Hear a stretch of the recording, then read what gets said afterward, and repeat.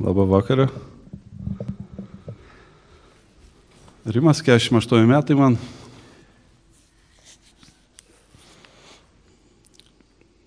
Myliu viešpatį.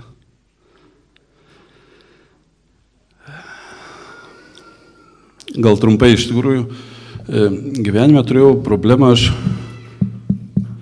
labai mėgau alkoholį. Nuo 5 klasės, kai paragavau, taip ir pirmą kartą, kai 18 metų jau sukako, pirmą kartą pagalvojau, kad nepagalvojau, iš tikrųjų supratau, kad įklimpęs aš ten. Nu jau viskas, alkoholikas, bet tik nenorėjau pripažinti iš tikrųjų. Išėjau į armiją, po armijos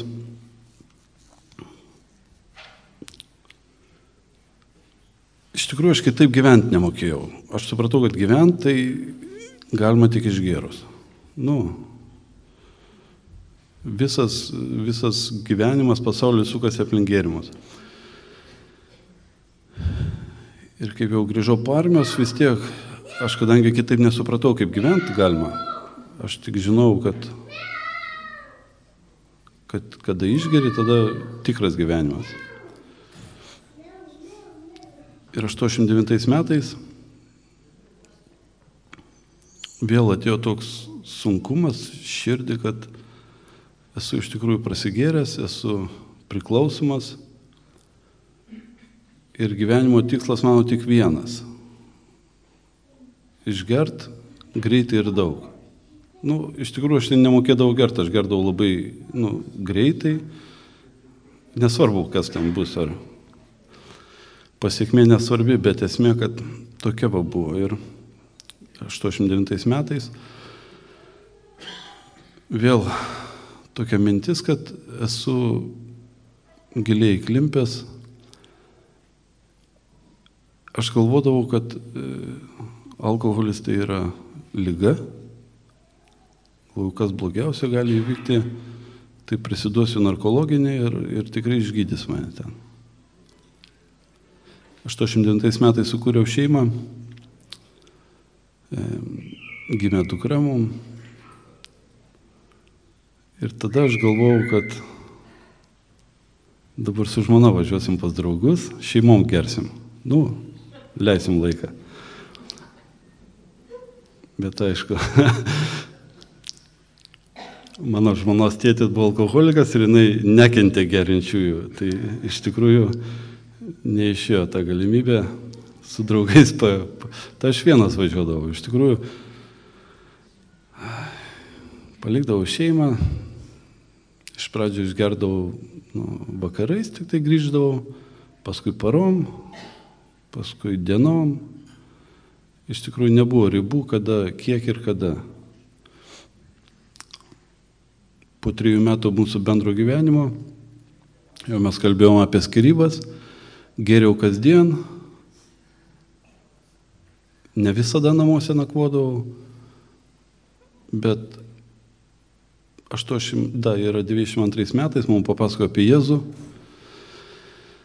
kad Jėzus, sako, išlaisvina, o aš kaip tik buvau tada po tokių, gal kokias 4 paras namuose nenakvojau, ir mums kaip papasakojo, buvo žmonos gimtadienis, man reikėjo labai susitaikyti su žmona ir mumis pakvietė į bažnyčią.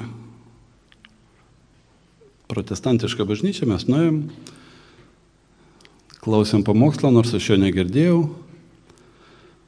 pakvietė į priekį atgailos maldai, ėjau, kad žmona eina, nesakau, man reikėjo susitaikyti.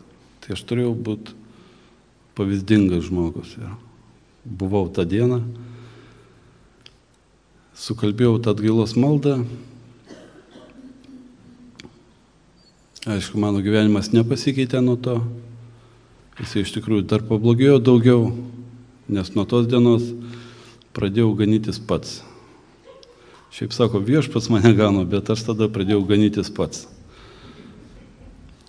Ir nusiganiau iki to, kad tas laikas buvo trumpas, po to atgailos maldos, gal praėjo kokią pusę metų, gal nežinau tikrai, bet žinot, kada geri, tai tik alus ir diena, tik alus ir naktis, daugiau nieko. Laikas prabėgo ir Vieną rytą prabudau Landinėje, aš jau ten gyvenau kurį laiką, nežinau, palikęs šeimą, tėvai jau nepriėmė. Toj Landinė tai yra toks butas, kur gyvena kas nori, kurie neturi kur gyventi. Ir vieną rytą aš nuėjau nusiprausti ir veidrodėje pamačiau save, kaip iš šono, kaip svetimą žmogų visai. Ir žiūriu jį ir kažkaip taip galvoju, žmogus turėjo ir šeimą turėjo kažkokios vizijos gyvenime savo, norėjo gyventi, norėjo šeimą turėti, norėjo namus turėti, šiandien nieko neturi. Ir tokia, tai pagalvojau ir aplankė tokia, kad reikia man grįžti pas žmoną, atsiprašyti jos. Aš 3 metus atsiprašinėjau dieną iš dienos. Ir galvoju, vis tiek dar reikia važiuoti atsiprašyti. Gal kas nors pasikeis iš tikrųjų. Ir po kokių 3 dienų aš nuvažiavau, atsiprašiau. Ir tą dieną aš gavau tai, ko aš negalėjau prarasti. Iš tikrųjų, žmona man atleido.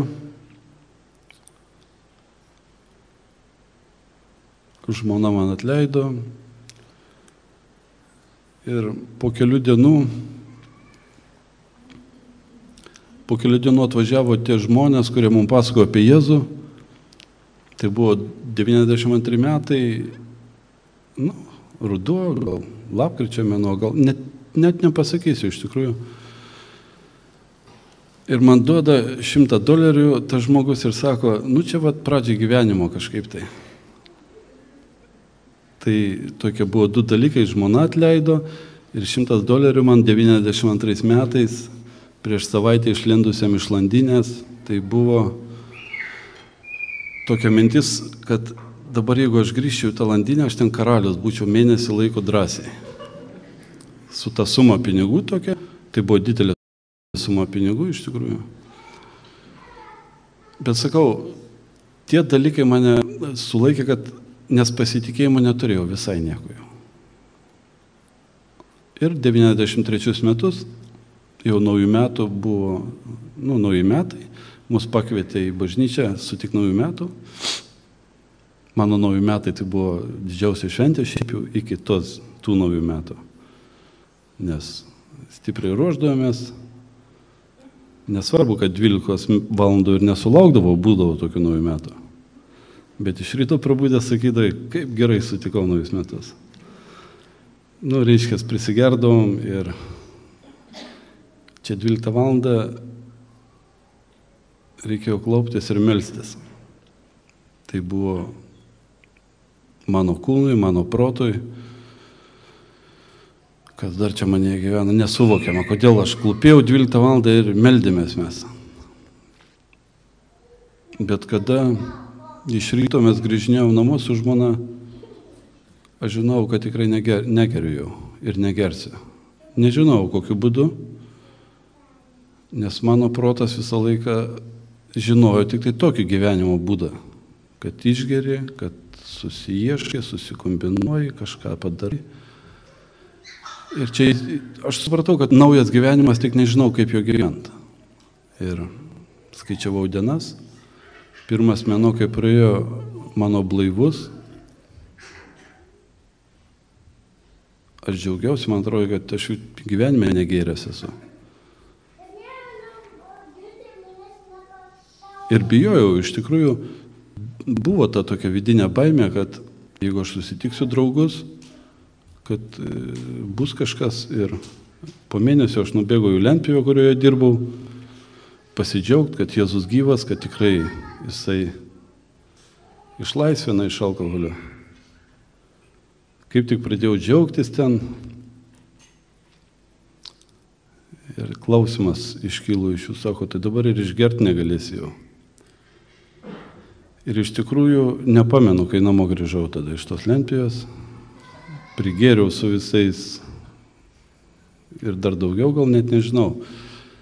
Bet aš kitą dieną džiaugiausi iš tikrųjų. Džiaugiausi ne dėl to, kad prisigėriau iš vakaro, bet dėl to, kad labai gera sveikata buvo mano. Reiškės, aš supratau, kad Viešpats išlaisvino mane iš to. Jeigu aš šiandien suklupau, bet tai nereiškia, kad aš turiu dabar jau vėl bėgti tą vergiją ir vėl nešti tą jungą tokį alkoholiko. Ir nuo 93 metų esu laisvas. Reiškės, nebegeriu. Be jokių sunkumų, be jokių kitų tokių dalykų. Aišku, rūkiau, net nepamenu, man atrodo, visą laiką rūkiau aš. Ir 95 metais aš jau lankiau šią bendriją, ateidamas į eilinį susirinkimą, net neįsivaizduodamas, kad čia kažką Viešpats man turi šiandien paruošęs. Net neįtardamas, aš kai rūkiau, man buvo gėda iš tikrųjų. Prieš susirinkimą, kaip ir vaikai, pakramtai ką nors, kad neužuostų niekas ir ateinu, tarp vyrų sėdžiu laimingas. Ir vienas vyras liūdėjo, kaip meldėsi už jį, kaip dėjo rankas ant jo, kad dėl rūkimo, kad jisai nerūkytų. Jisai taip energingai pasakojo. Jisai taip pasakojo, kad man tokia gėda buvo, kad man buvo lengviau prasmegti. Iš tikrųjų, ten sėdėjau, tos kelios minutės, man atrodė, amžinybė jisai ten. Bet po to susirinkimo žinau, kad ir nerūkauju. Neįsivaizdavau, kaip galima bus nerūkyti, nes buvau kietas rūkoris, lūpos geltonos, pirštai geltoni. Bet žinokit, ir neužrūkiau po to karto. Taip jau Viešpats mane ir išlaisvino iš tų tokių baisiausių mano gyvenimo didžiausių problemų. Be jokių rūpesčių, be jokių sunkumų. Ačiū Dievui, Tėvui.